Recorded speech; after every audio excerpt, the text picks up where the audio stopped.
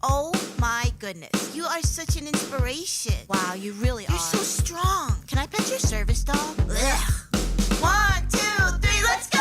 We are artists, parents, teachers, good guys, bad guys, students, leaders. I'm not your inspiration, yeah, I'm fully who I am. Got my own expectations that don't fit into your plans. I'm not your sad story, so I wrote it in this song. Everything you know about disability is wrong. Yeah, everything you know. Yeah, everything you know about disability is wrong. Hey listeners, welcome back to another episode of Everything You Know About Disability is Wrong. And today we have a very special back to school episode with Oliver Scheier. Oliver is 19, he's a sophomore in college, and he has muscular dystrophy. Oliver finds peace and authenticity in displaying who he is through spoken word and his art, which includes poetry and short films. His recent short film, Read a Page, shows the everyday lives of 4 disabled people, and I watched it last night, and I absolutely loved it. So, welcome to the show, Oliver. Thanks for having me, guys. I'm so excited. We're so excited to have you. Before we dive into the questions, let's go ahead and do our audio descriptions. I'll start. This is Lily speaking. I am a white passing woman in my late 20s. I have brown hair with some light pink peekaboo highlights sticking out that were not there the last time we recorded, so they're new. And I'm wearing my usual black turtleneck and the necklace that I will fidget with the whole time. Go ahead, Erin. Hi, this is Erin. I'm a white presenting 40-year-old woman with red hair, and I'm wearing a green shirt, and inside my bedroom, which is very dark. This is Oliver speaking. I am a white presenting male with a white shirt on, black hair, brown eyes, and I am in my car. We were chatting before this recording started that it's very Gen Z of Oliver to be recording in his car, because that's very like TikTok-y to record in your car. All right, let's get this interview started. Erin, take it away. Yeah. So our podcast is Everything You Know About Disability is Wrong. And the first question we like to ask our guests is, what do people get wrong about you? Ooh. Good opener question. It's funny because I have a super vague answer, but I also think it's applicable to maybe how a lot of people feel, in that I don't know what they get wrong because I don't care what they get wrong. I don't concern myself with what they get wrong. I like to just show up as myself and then let any preconceived notion, if there is any, float away, you know?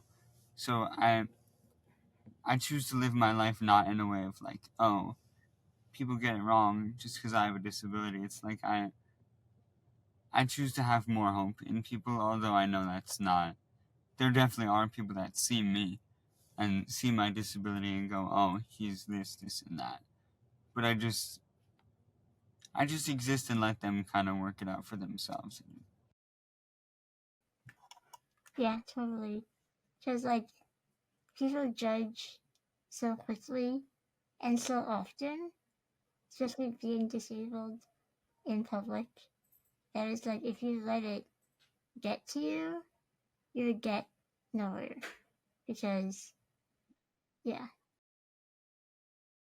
Yeah, I think that's like such a great answer, and it kind of, to me, it's a like very hopeful answer to hear, because you are younger. We, in our listeners, in our pre-production call, we chatted about the fact that this is a fun episode to record because we have like different generations on this call, in that Erin is a true millennial.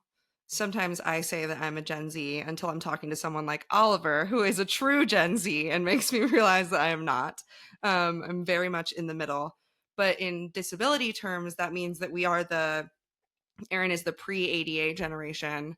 I was the ADA decade, like born in the 90s, and then Oliver is the post ADA generation. Kind of, if you're non-disabled, you might be like, what, why is that a marker? But the ADA really changed the way that not only like buildings exist and accessibility exists in that way, but like the common public knowledge of disability really changed when that happened. So I would say that that probably shaped each of our experiences. And the other thing I'd say is that like Oliver as a Gen Z, in my opinion, as someone who is chronically online, I think that through social media and like slightly better representation in like Hollywood and film, there is a lot more visibility for disabled Gen Zs than any of us had like when I was 19.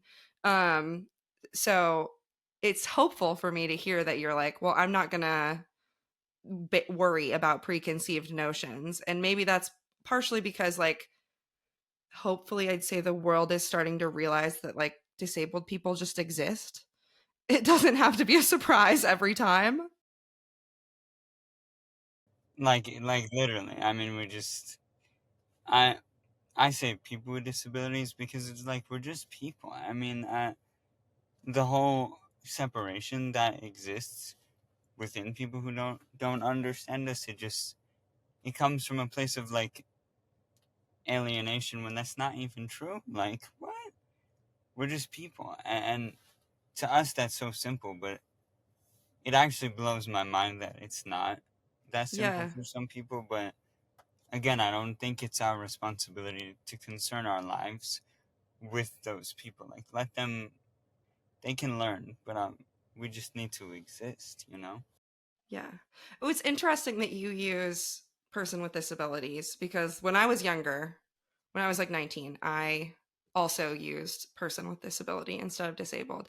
And I feel like for me, it was kind of like while I was figuring out what my adult identity meant, I needed to really ensure that I saw myself as just like a person. Like that more than anything. And then probably around like 25 or 26, honestly, maybe while doing this podcast, when I started to be like very immersed in the disabled community, that was when I first started getting comfortable with like identifying as disabled. And I think, everyone can use whatever language they feel most comfortable Yeah, with. yeah, That's super important. 100%. Obviously, yeah. And maybe it is a sign of like internalized ableism, but I, my problem is that, like, look at every other word in the English language with the dis prefix, like disempowerment, dishonest, like disabled. I don't know. And I know in reality it just means the opposite of, but it still rubs me the wrong way. I don't know. I wish there was like a different word for it. And for a while, Loki, I said physically alternative. I mean, I think this conversation's important though to show that like language when you're 19 years old, it can feel very overwhelming. When I was 19, I certainly had not overcome all of my internalized ableism. I'm 27 and still have to deal with my own internalized ableism. Aaron, you're 40. Do you still deal with Mm, that? I mean, maybe I don't like, think about it. To be honest, maybe I should. But like, I think it took me such a long time to accept that I was disabled, even though I obviously am, that I don't now think about how I view my own identity, if that makes sense. No, I think that's again like as hopeful as Oliver's original answer of that like once you've kind of worked through that, you don't have your identity doesn't become everything. And I feel like that's the same for a lot of other identities too. Like when I was coming to terms with my queer identity, it felt very like I needed to say it all the time or I needed to do this. And then now I'm kind of like I had to put the rainbow flag in all of my bios online because I needed people to know. Which is like the craziest intersection ever, in my opinion. Not actually. I mean, it's all different, but being queer and disabled is like, oh my god, that's crazy. Because I feel like being disabled is queer on its own, not sexuality, but I mean, we are a minority. That's just like, not every person born is disabled, obviously. But to then also be queer, it's like, oh, I'm already like in a minority. It's like you go further. I remember when I came to terms with my queer identity, I was like, you couldn't just rest at disabled. I mean, obviously, it just I've gotta be true to myself always, but like, it's weird. It's so weird being both. I'm like, whoa, like, it's a lot, and not in a bad way, but I don't know. No, I think that it makes total sense. Like the weight of the identities and having to balance both is really can be a lot. And I get what you're saying about the like feeling like it in itself is a queer identity, which as a queer person, I feel like you are able to say easily. But there's a Bell Hooks quote that is like, I'm going to get the quote kind of wrong, but it's something like queer, not as in who you have sex with, but queer as in at odds with the world around you. Like it's something like that. And I think that that kind of fits exactly what you're saying. And yeah, I think it's interesting. I hope this podcast lasts for like a decade, and then when you're 29, we can interview you and be like, okay, what language do you use now? Can you Like, imagine? We should do it. That'd be this sick. could be your, the Billie Eilish interviews where Yeah, they dude, interview her the every fucking year. Vanity Fair, yeah. Yeah, this is yours. We'll just Yeah, interview you let's every year and see yeah. how, because I think 19 is such like a pivotal age. You're kind of becoming the identity you'll have. And I mean, I felt like when I was 19, I knew exactly who I was. And like, I hadn't even come to terms with my queer or disabled identity at that time. So it's interesting. And I think that I feel like you probably have been immersed in disabled culture a bit more than like I would have been at your age, because listeners, we connected with Oliver through his incredible mother, Mindy Scheier, who I'm not even going to talk about her that much, because if you want to learn about the amazing stuff she is doing, she was in an episode of the other Easter Seals podcast, On Board with Transparent Leadership, and you can learn all about everything she does. But just a little intro if you don't know anything about her, listeners. Mindy started an amazing company called Runway of Dreams, and then a different group called Gamut, which is like a management group for people with disabilities.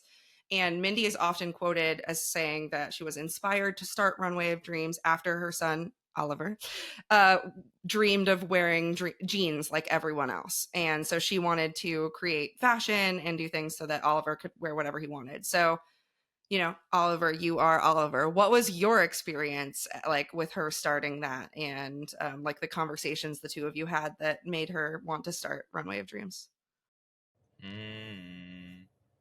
Good question. It's so crazy because I actually remember that moment when I asked her to wear jeans, which is crazy because I've heard it so many times through her speeches, and I'm like, I almost question that it actually happened. It actually happened. Do not get it twisted. But like, it is. I mean, to see what she does every day and has done since that moment. I mean, it's one of the most mind-blowing, earth-shattering things I've ever experienced in my life.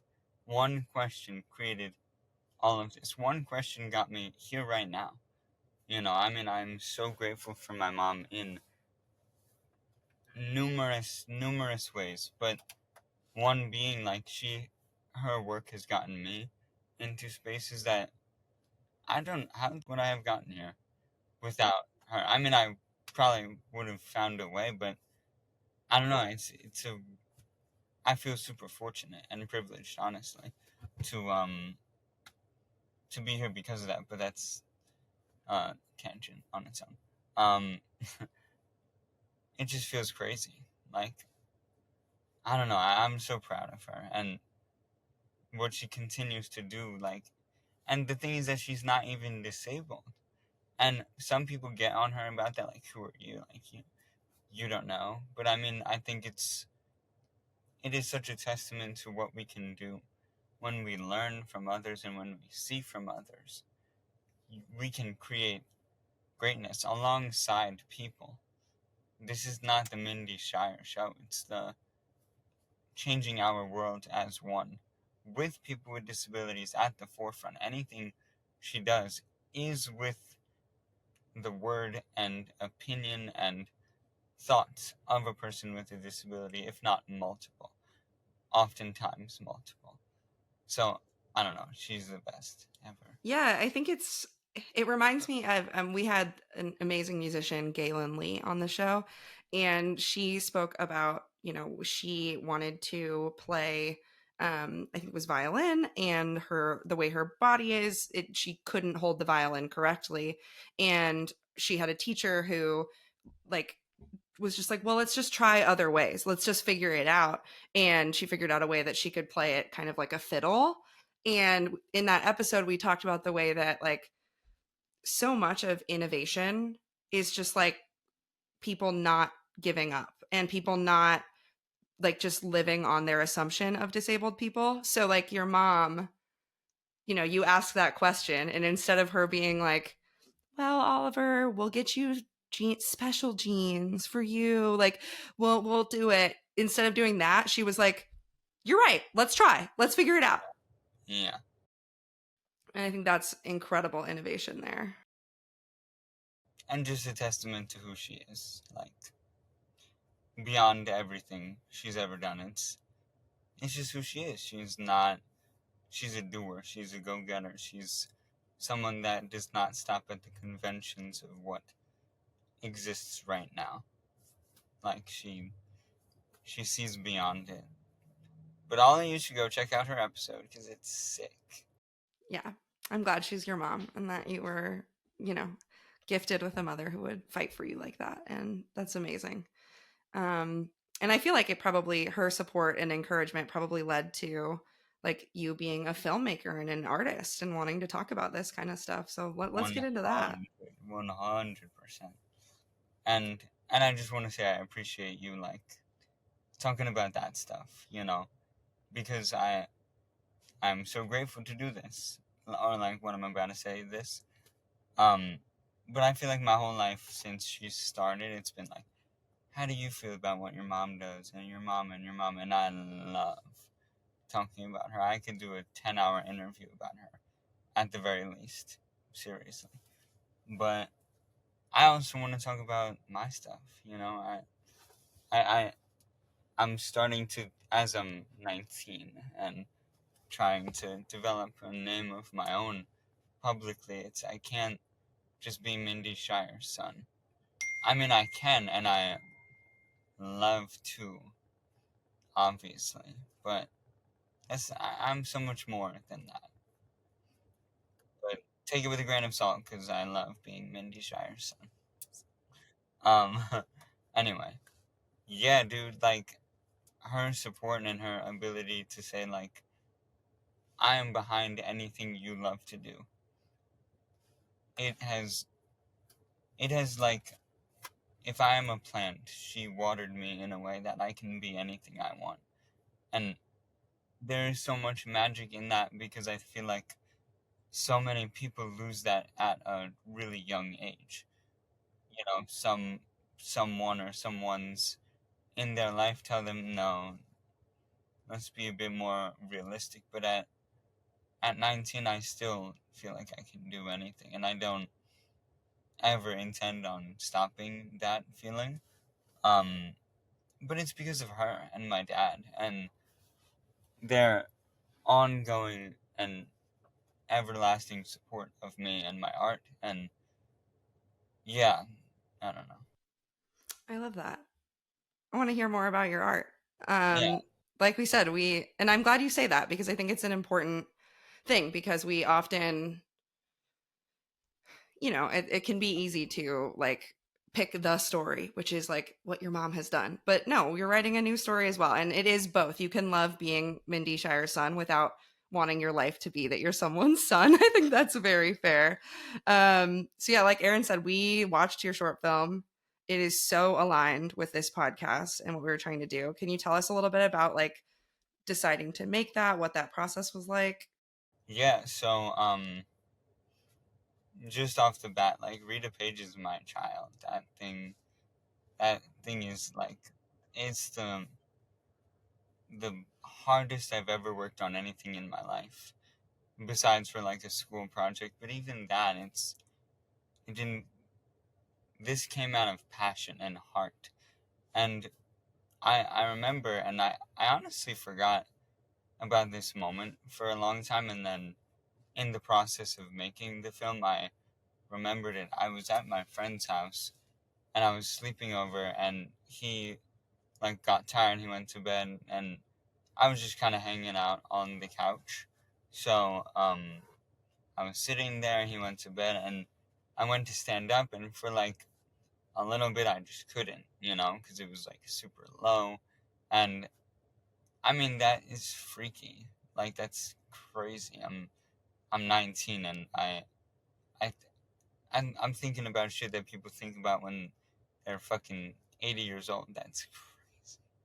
That's crazy. And also like the nature of my condition is that it's degenerative. So like I'm watching my body like decline in a way.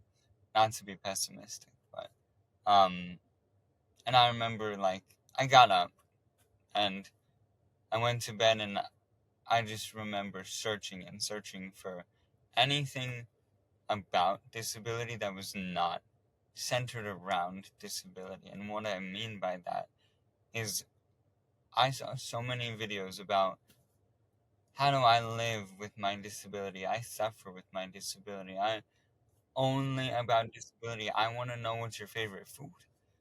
Favorite food. What's your like? I want to. I mean, why do we listen to sad music? Because we want to relate to something. We want to feel seen. And I needed that in that moment, but I didn't have that. So, being a filmmaker prior to that moment, I said to myself, I'm gonna make it.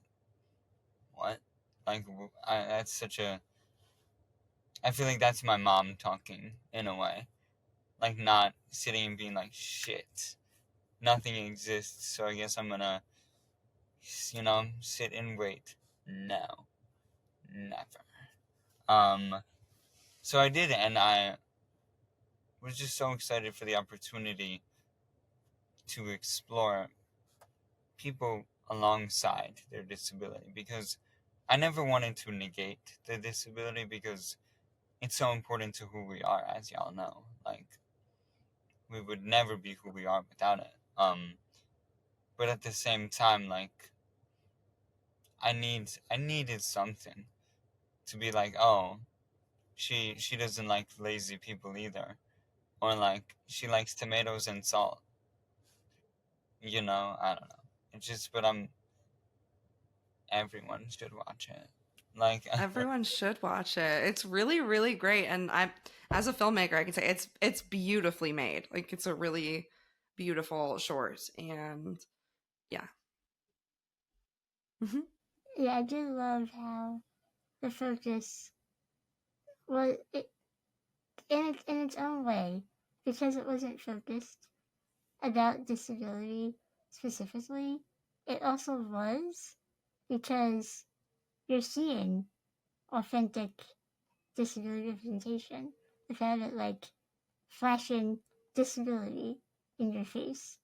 And I just really loved that. And like Lily said, it was really beautifully shot, and I loved all the people that you interviewed. How did you choose who was going to be in the video? well, first, thanks for your kind words. It just like it means so much, because as you guys know, when you make something, it means so much to you. But then when other people share that, it's like crazy. How did I find them? I was so fortunate to my Gamut being a talent management company made by my mom. I mean, it was so easy, to be honest. they gave me a website of all of their talent, and I went through with my mom, and we talked about people and like people that stood out to me, and how I wanted to be very intentional with the ways in which I chose to be representative. In no way was I gonna like be contradictory and like choose all white people. That'd be crazy, you know? I mean, that'd be so fucking hypocritical. So, like, we were just so intentional about how they looked on the outside, but then when we zoomed in and my mom could tell me, oh, this person is amazing, such a strong, vibrant personality, then I could be like, oh, they're the one. Like, for example, Mariah. I've known Mariah for a while, so like she was an immediate lock for me, where I was like, I need you in it, because she is such a, as you know from the film, she is such a vibrant and funny and like interesting personality. I remember like hers was so hard to cut down, because every bit was useful and something that should be heard, as was the case for everyone. But like I don't know, I love them all. But so yeah. Yeah, you did an amazing job picking like you said, a very like widely representative group, but also just people who are really fun to watch on screen and like really vibrant personalities. And I think that um yeah, like Aaron said, it's like it's not about disability, but it's also like is disability in the way of showing that like yeah, we have regular lives and hobbies and interests. And like I really love the moment when you capture the phone call from her boyfriend, and she's like, oh yeah, his lunch break is a little earlier than mine, so we always call each other during the overlap. And it's like just cute sweet moments of humanity and love, and like it's just really nice. And I think that you um did such a good job with that. And so making that film, did you learn anything new about yourself, like doing those interviews or talking with those people?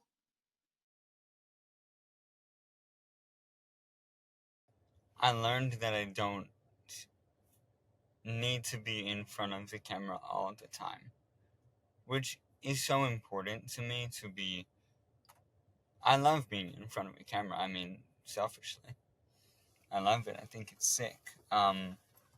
But there's also such a beauty to being behind and artistically being able to paint the picture that I want, instead of having to like act and then see the scene and then go back and forth and just continue to flip.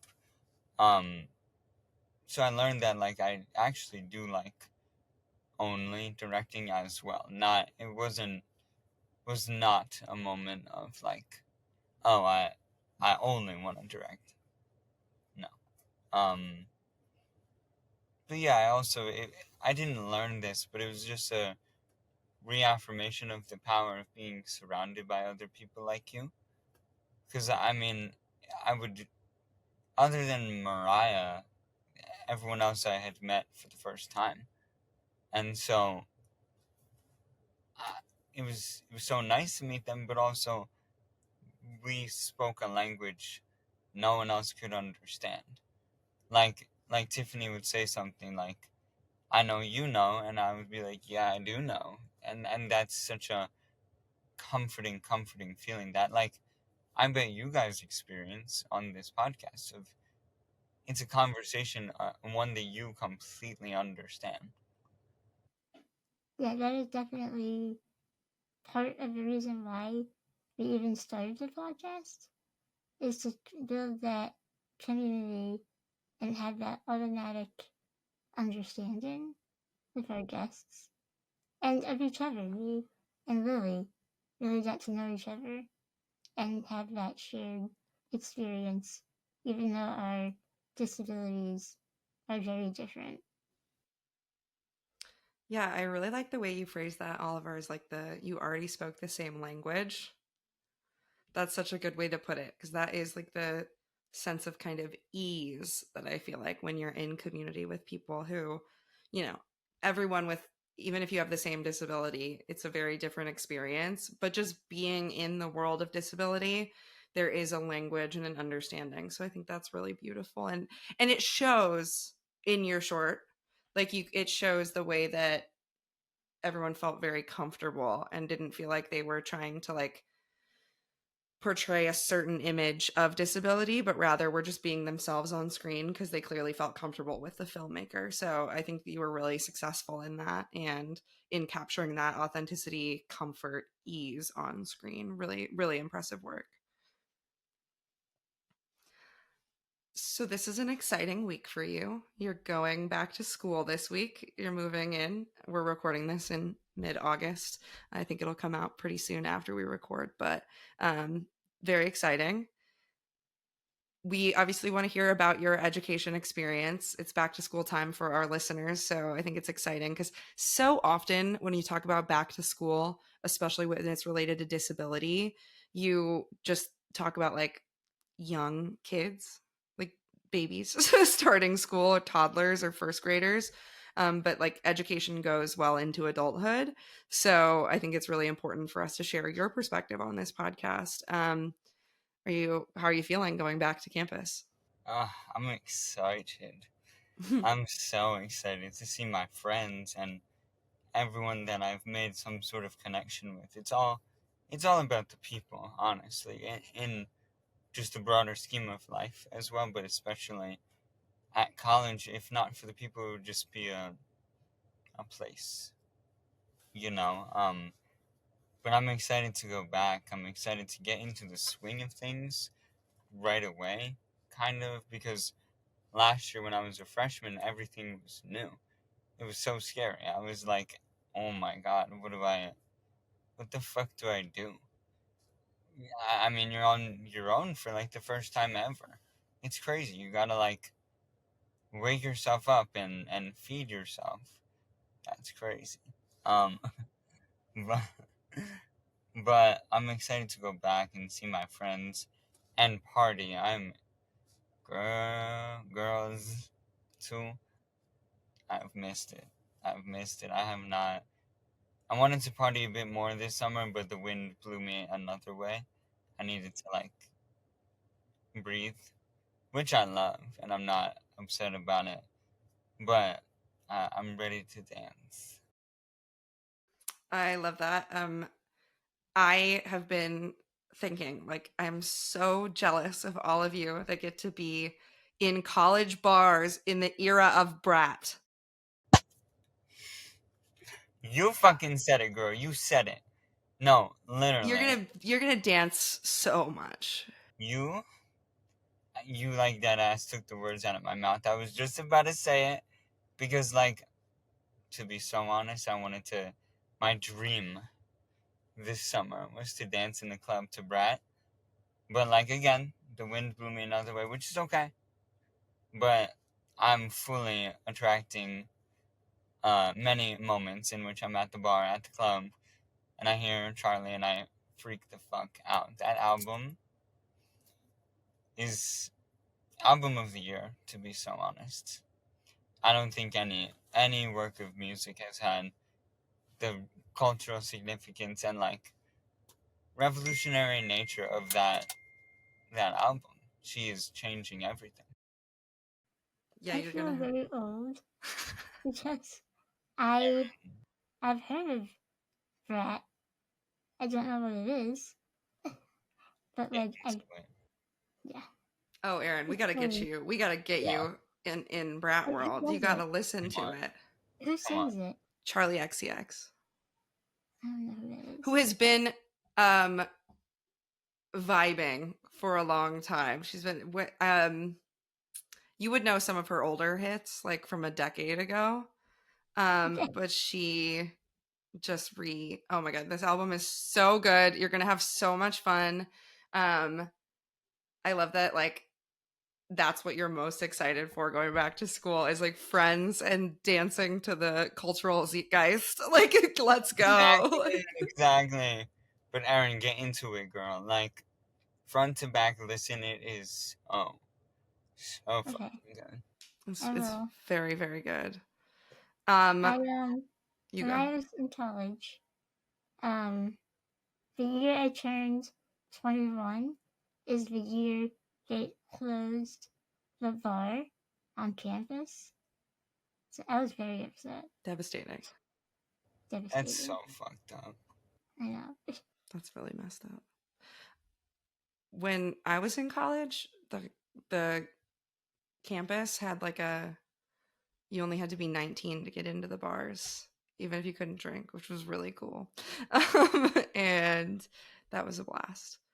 And I feel like this is a good like plug for bar owners to make their bars accessible Yes. because disabled people want to party. We want to dance. If your dance floor is inaccessible, that's excluding a whole group of people who love to dance. Literally. Because, I mean, with the nature of my my phone. Sorry. My friend from college blowing up my phone. The nature of my disability, I can get into places with help. But, like, one time I saw, it was the coolest experience ever. I saw a woman in a wheelchair, and she was in that bar. She was dancing, and I definitely did wonder, like, how did this happen? Like, or like, how did she get in? Because there's a step to get in. But it was so cool. Like, fuck yeah, we want to dance. Are you kidding me? Yeah, and if they got rid of that step, I'm sure you'd see way more people. Like, it's that self-fulfilling prophecy of being like, well, people in wheelchairs don't want to come to this. And it's like, no, that's not the case. They're not coming because it's inaccessible. I think college campuses in general. What was your experience in terms of like disability support on campus? Did you use that at all freshman year? Oh, 100%. Tulane is so amazing in having resources there for people that need. Not gonna say it's perfect. There's few places in our entire world that are perfect. But what they are perfect at is saying, we are here for you. Express what you need, we will be there for you. And that meant so much to me as a freshman going into a new environment, just in general, but also like to have someone that would be there to listen and to hear and to change, help me change the campus in the places that it needed. It was incredible, and I think that's all it takes. Someone to say, I hear you, we will do better. That's all it takes. What about, I want to hear from you guys, because I'm, again, the post-ADA. What was it like for you? Lily, did you want to go first? Well, I went to the University of Illinois, and they are known as one of the first universities with like a full disability studies program. So I felt very lucky. I actually got my ADHD diagnosis, which eventually led to my autism diagnosis, on campus. They had a really amazing disability resource center that I kind of stumbled into because I was experiencing what I now realize was autistic burnout. And I'm so, so, so grateful to the college professor who gave me the little card and was like, I think you need to go talk to the disability resource people because they are supportive. But like you said, Oliver, it's like, it's not perfect. So it is a group of people who are there to help you, but you do have to advocate for yourself. And I'm so grateful, at least for me. And I'm so grateful for that professor who was like, go advocate for yourself. And I was having really intense panic attacks before like exams. And I realized it was partially because sitting in a large exam room with like the sound of people's pencils and chewing gum and coughing and all, like it was just sensory overwhelm for me. So what I was thinking was a panic attack was actually like I was having like a meltdown based on this sensory overwhelm. And I just, one day explained that to one of the disability resource people, and they were like, girl, we got you. You can come take your tests here. Like you can come take them in a small room and wear noise canceling headphones and it's fine. And it was a game changer. Like I suddenly was able to get much better grades. But it did take me advocating for myself. But that's maybe because I didn't go on to campus knowing I was disabled. I was figuring that out during my time there. So Interested to hear, Erin, what your experience was like, especially going to college in a time when, I mean, people still have assumptions that disabled people aren't going to go to college, but I feel like when you went to college, Erin, that was even stronger. Yeah, I was friends with like the only other visibly disabled person on campus. But yeah, I started college the week of 9/11. Yeah, and that was intense, especially because where I live, we have a lot of like people who commute into the city. But like yeah, but as far as disability, I had a ton of ableist professors to the point where I started out as a biology major, and the teacher I had hated me for no reason other than I needed help in labs. And she gave me a hard time beginning to end, and she was the head of the biology department. So I just gave up. I'm like, I'm switching majors. This is horrible. And the me of today would not have done that. But the me, I was 18 years old. I didn't know shit about like my rights. Really, I didn't know that. But yeah, it was very different because we had a disability department, but it was really difficult to get any support because the ADA at that point was what, like 8 years old or something, right? Math, 11, 93. 11 years old. If you were in 2001, Isn't that 8? Wait, 4, 5, 6, 7, 8. wasn't it 8. 1990? Isn't it? Oh my god. Why am I thinking 93? Yes, you're correct. Give me know all my stuff. Yeah, and like a decade feels like a long time, but it's not enough to change like buildings and campus structures. No. And my campus is very, it was, I'm not there anymore. It was, historical. Like my English department was in, have you ever seen Annie, the musical? I have not. Like Annie, like. I mean, I know of Annie. Okay. I'm old, I guess. But they filmed that Daddy Roybut's house was filmed on my campus. And that was where I had all my classes. So it's very historical. But it had an elevator. An old timey elevator. Okay. So you had to like close the gate. Yeah. It was fun though. I liked it. That's crazy. I like when you first said that, I thought you meant like the Broadway musical, but The movie, I mean, obviously that movie's iconic. I've seen that one. That's crazy. And the library was like, I had to go in through the basement and all the like past the furnaces. Ugh. Just to get into the library because they didn't have a ramp out front. And that, I mean, that's still an issue. We just talked to Jenna Bainbridge, the Broadway actress, and she was talking about how like it's a mind shift of that like buildings need to change the way that they like prioritize their accessible entrances, because often it's like by the dumpster.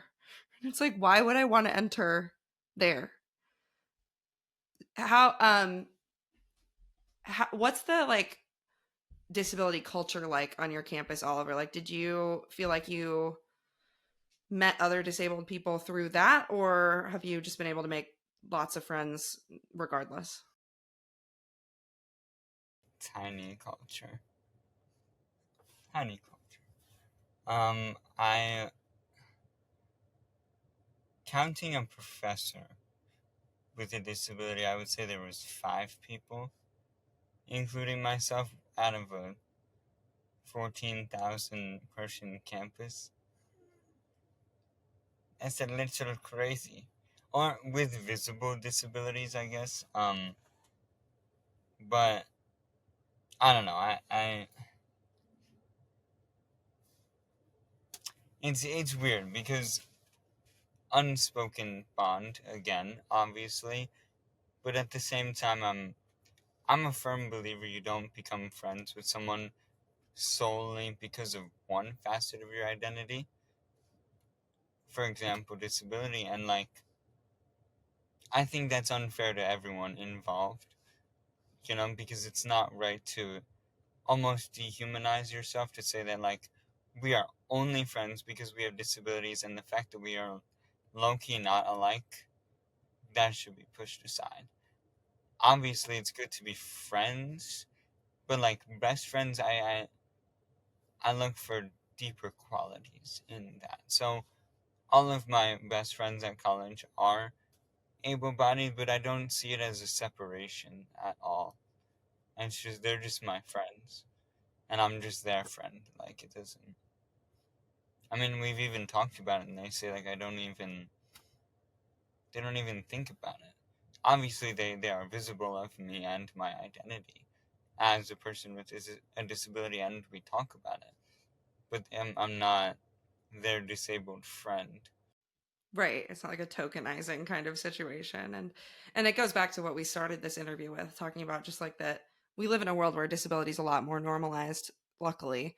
So it isn't like wild for these people to have a disabled friend. It's not like, whoa, this is a new thing. Like I would hope that many people have had many disabled friends throughout their lifetime, even if they didn't realize it. I mean, 1 in 4 Americans has a disability. Like Yeah, you've there, we exist and we have friends. yeah, and I When mean, sorry, no, you're good. rock, Um, do rock paper scissors. yeah, we'll do it. No, I want to know more about like, did you when you were deciding where you wanted to go to school, did you look into what the like supports were going to be available to you, or what was it that made you decide to go to school there? It was my mom, just to be frank. I was totally into like weather and area, but accessibility wasn't on my mind, which should have been on my mind. That's what Not moms are not for. as the only thing, obviously, but she was the one who suggested Tulane because it was had one of the best accessibility of college campuses in the country. So she was like, let's just go see, like, no commitments, and I was like, okay, fine, free trip, whatever.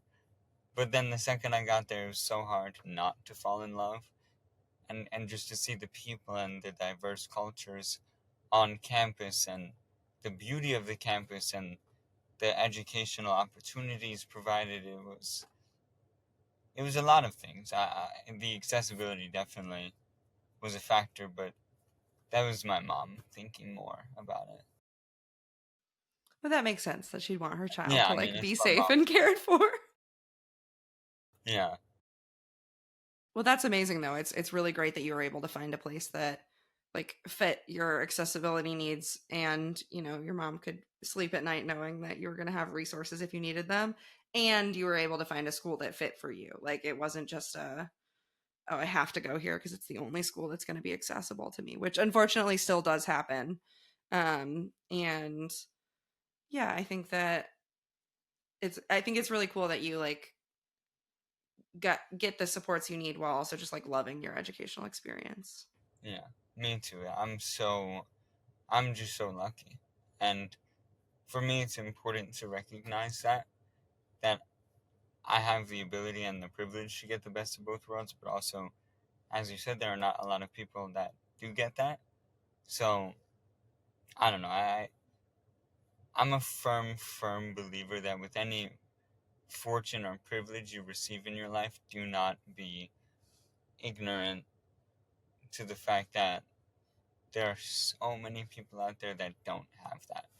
If anything, I think it's a responsibility of people in places of privilege and fortune to work so that more people can experience that. Everyone can experience that. Absolutely. And I mean that like you're doing that already with like even your filmmaking. Like you felt an experience of like wow, I feel alone in this experience, and I know I'm not, so I'm going to make that. And now, there's some kid sitting on the couch feeling the same thing you felt, that when they go to YouTube, they'll be able to find your movie and actually feel like, wow, I'm not alone in this. And that's really incredible. And I mean, you used the privilege you had of being able to, work with all the people who work with Gamut and tell their story. I think that's really incredible. And I think that, from this back to school perspective, if you are an educator, I think it's really important to do what Oliver said and like use all the privileges you have to try to make education more accessible. So whether that's like, if you work on a college campus, ensuring that you have a disability resource center and that it's easy for students to find, I think that's super important. And I'm just so glad that you are excited to go back to school. Like, that's such a good feeling. I wish you the best for this year. We're out of time, but I want to close out this interview with, like, do you have any advice or anything you want to say to other people who are going back to school? Maybe they're anxious for the start of the year or just anything like that. Do you have any thoughts for those people? Yeah, let me give a two-part answer, because I think for the people who are going back to school in any sort of foreign, not physically foreign, but foreign environment, going to their freshman year of college, first year of high school, or a new place, any new environment, find your people. Follow your heart and find the people that light you up and see your light and appreciate it. Because if not for my friends and the connections that I made, I would not be as excited as I am. So, friends, find the friends. You will find each other. It's not one-sided at all. And when you do find each other, that's when you know it's right. So, friends. And to the people that are not in that situation and are just going back into it, enjoy it. Come on now. Like, this shit is fleeting. Every moment is fleeting. That's a kind of scary way to look at it, but it's true. Enjoy every single moment. Even the monotonous, the mundane. I think it's so important to appreciate every single moment of this life, because nothing is guaranteed. This life is not promised at all.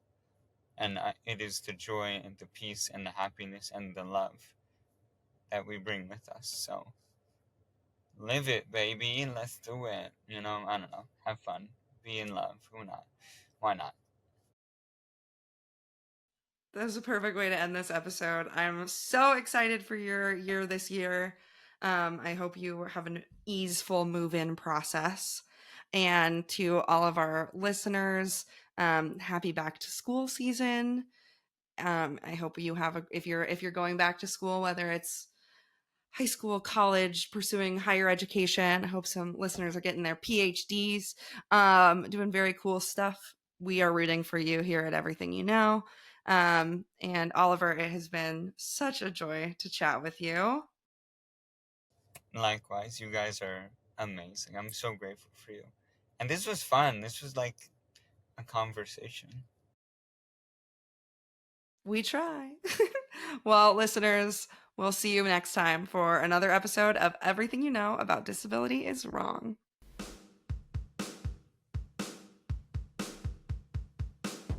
If you liked what you heard, go ahead and subscribe and leave us a review wherever you get your podcasts. Thank you to our listeners, and as always, thank you to Easter Seals for giving us the space and resources to share such authentic conversations from within the disability community to our listeners. And we'll see you next time for another episode of Everything You Know About Disability is Wrong. Everything you know about disability is wrong. This is a podcast brought to you by Easter Seals. You know, we actually work for Easter Seals, but maybe our listeners don't know what we do. That's true.